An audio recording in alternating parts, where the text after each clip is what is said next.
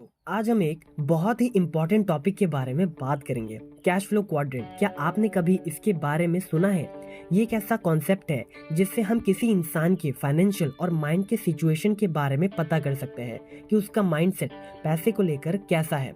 आज हम 3 तरह के लोगों के कैश फ्लो क्वाड्रेंट के बारे में बात करेंगे। पहला है पुअर यानी कि lower class, second middle class और रिच यानी अपर क्लास के बारे में। सबसे पहले बात करते हैं लोअर यानी पुअर क्लास की।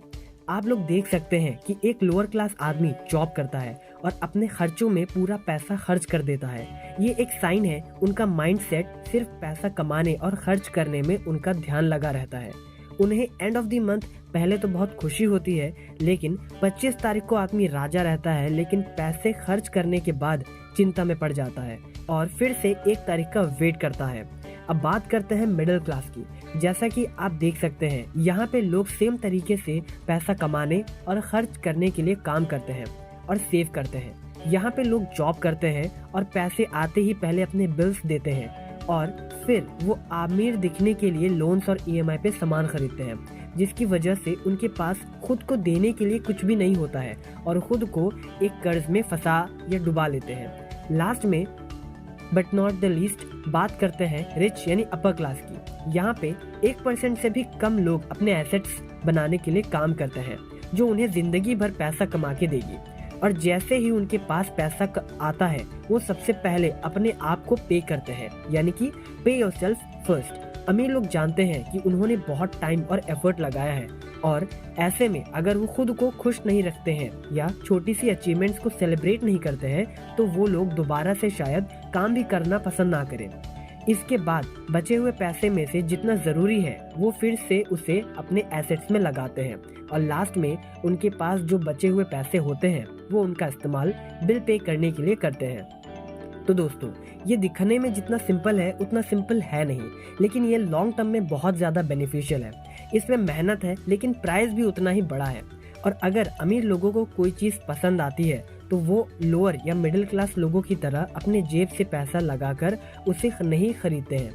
रिच माइंडसेट वाले लोगों को अगर कुछ चाहिए होता है तो उसके लिए एक अलग से एसेट तैयार करते हैं ताकि वो उस चीज़ को खरीद सके। फॉर एग्जाम्पल, इलॉन मस्क ने ट्विटर को खरीदा था। अब आप में से कई लोग सोच रहे होंगे कि इलॉन मस्क ने ट्विटर को अपने पैसे से खरीदा था, बट ये सच नहीं है। एक्चुअली में इलॉन के पास इतना सारा पैसा है स्पेस एक्स, टेस्ला और पेपाल की वजह से कि वो चाहे तो ट्विटर को अपने पर्सनल वेल्थ से भी पर्सनल पैसा लगा के भी खरीद सकते हैं। बट उन्होंने ऐसा क्यों नहीं किया? वो एक वेल रीड पर्सन है। उन्हें पता है कि वो अगर अपने जेब से पैसा लगाकर ट्विटर को खरीदते हैं तो ये उनके लिए बहुत दिक्कत दे सकता है। तो इसीलिए उन्होंने लोन पे ट्विटर को खरीदा है और इंटरेस्ट रेट के साथ हर साल हर महीने उसे पे करते हैं।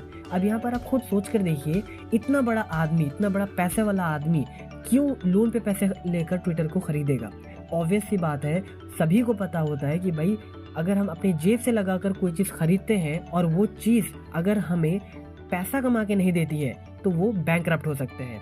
I hope you got the point.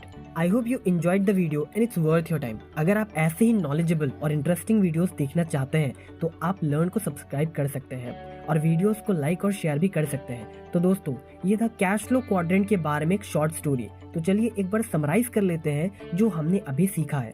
Poor class लोग जॉब करते हैं, पैसा कमाते हैं और खर्च करते हैं। मिडिल क्लास लोग पैसा कमाते हैं, खर्च करते हैं और सेव करते हैं और सबसे पहले अपने बिल्स पे करते हैं और फिर लोन्स एंड ईएमआई पे अपने अमीर दिखने के लिए चीज़ों को खरीदते हैं। Third, rich class. ये लोग अपने एसेट्स बनाने पे ध्यान, एफर्ट और अपना पैसा लगाते हैं और जब पैसा आता है तब ये लोग खुद को सबसे पहले पे करते हैं, यानी कि पे योरसेल्फ फर्स्ट। एंड लास्ट में अपने पैसा बाकी के कामों में लगाते हैं। Big announcement, see there is a beautiful book and beautiful game which is called the psychology of money and the cash flow quadrant game for kids. ये 2 बुक्स आपके लाइफ में बहुत ज़्यादा इम्पैक्ट करेंगे आपके फाइनेंशियल नॉलेज के ऊपर। अगर आप गेन करना चाहते हो, फाइनेंस की नॉलेज गेन करना चाहते हो बच्चों की भाषा में इस गेम को खेलकर और अपने आप को बिल्ड करना चाहते हो मज़ेदार तरीके से, तो आप इस 2 चीज़ों को अमेज़ॉन पर जाके विजिट कर सकते हो, जो कि बहुत ही ज़्यादा कम रेट में मिल रहा है। अगर आप कैश फ्लो क्वाड्रेंट गेम को खरीद नहीं सकते हैं तो आप इसे www.richdad.com/cashflowquadrant for kids पे जाके भी फ्री में खेल सकते हैं,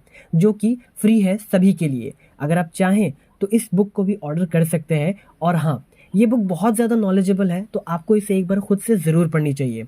बुक पढ़ने से आपके अंदर फोकस बिल्ड होता है, आपके पास पूरी की पूरी एक हार्ड कॉपी रहती है, जिससे आपको अगर कोई चीज़ समझ नहीं आती है तो आप उसे बार बार रिपीट करके वो चीज़ समझ सकते हैं। अगर आपको फिर भी चीज़ें समझ नहीं आती हैं तो आप लर्न के बुक समरीज के वीडियोस देख सकते हैं। जय हिंद।